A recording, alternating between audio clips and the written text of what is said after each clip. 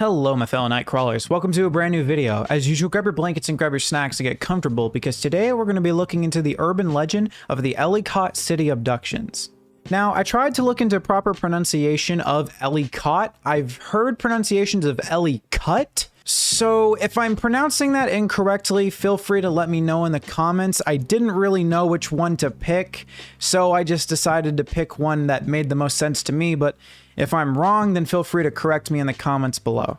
Now, unfortunately, with the time that we live in, child abduction is very prevalent and common. It really is a very scary thing to say, but, you know, with the introduction of, like, Amber Alerts, for example, we have ways of trying to retrieve children. Now, unfortunately, in 1819, they weren't graced with that type of technology. If their child was missing, then, well, sorry, your child's kind of missing. Say goodbye to Billy. It was reported that in the town of the Ellicott Mills that there were over hundreds of kids just finding themselves to be missing.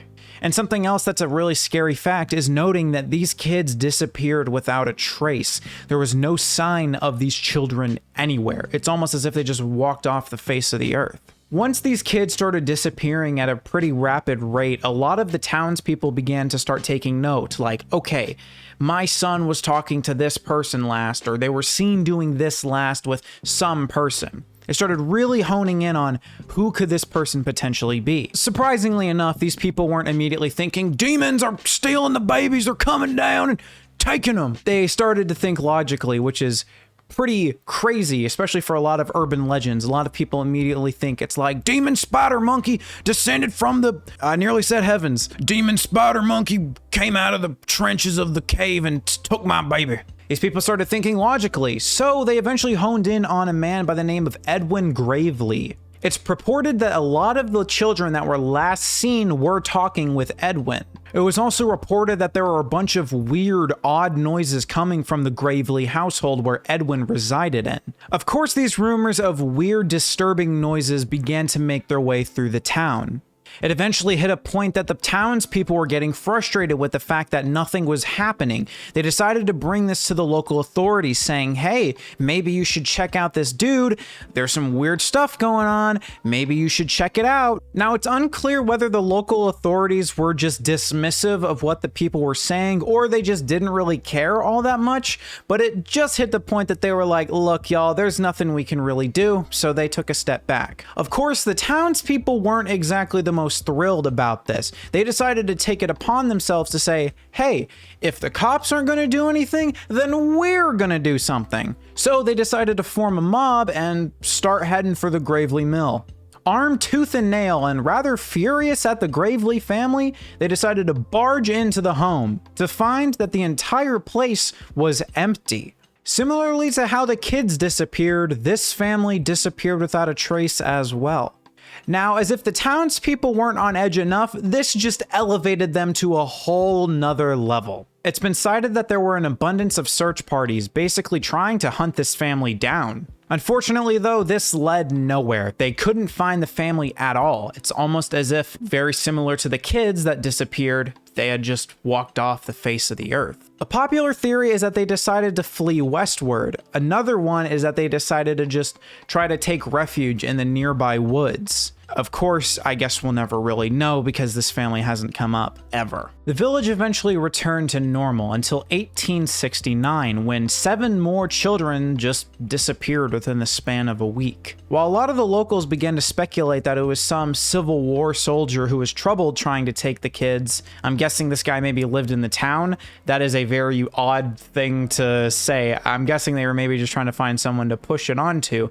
But anyway, a lot of those people thought it was this Civil War soldier dude, but some of the older residents in the town began to think, wait, maybe the Graveleys are back. Lucky for the kids of the town, those were only very isolated incidents of mass disappearances of children. It was only until 1919 of October would these abductions resume.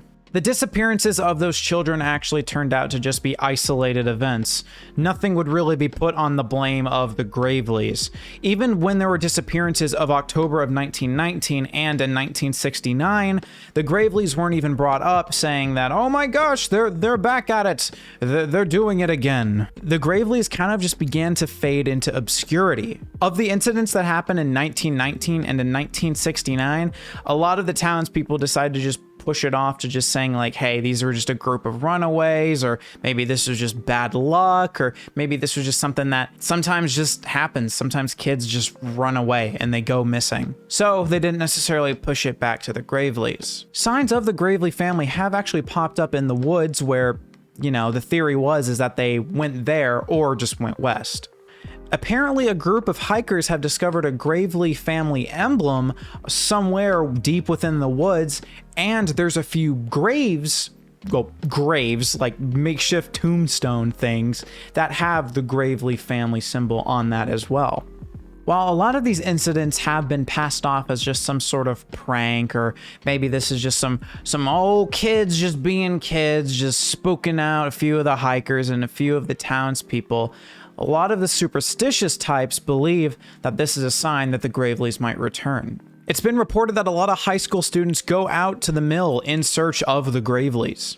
Now look, I'm going to keep it real. As a person that's very cautious, I think the last thing that I'm going to do, whether it's an urban legend or not, is go out to a place where there's potential killers. Like, I think that is hands down one of the dumbest things in the world. It reminds me of those families that move into the haunted ghost house. It's like, yes, this house was built in 1732. There were 3 resurrections of demon deities and 17 million people. Yes, 17 million people died in this house. And, you know, the white family's like, we'll take it. One of the most certain things about this urban legend, though, is that the families everywhere tell their children to be very careful on October. They do this to remind their kids and let them know that somewhere out there, the Graveleys could be trying to grab them and take them.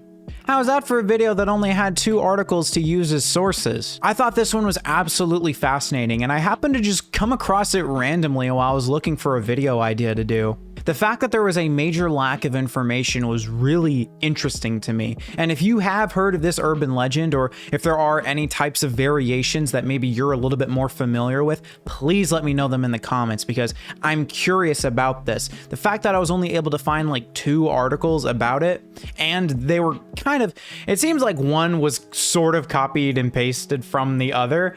If you have any similar stories about this, or maybe you can toss in your own input, please do so. I would love to hear it. If you like these types of urban legend videos, feel free to let me know in the comments below. I love doing them. Before we hop in the end segment though, I would like to thank my Tormented Knights and my Knighted Patreons. For my Tormented Knights, we got EB Agent J, Jack, Levi, Nee, got it right that time, Pickle Rick, Styx, Will, and then for my Knighted Patreons, we have Cherisy, Emma, Kira, Lucas, Monkey Cool, Shizen, Steffi Muse, Timo, and TD Darklight.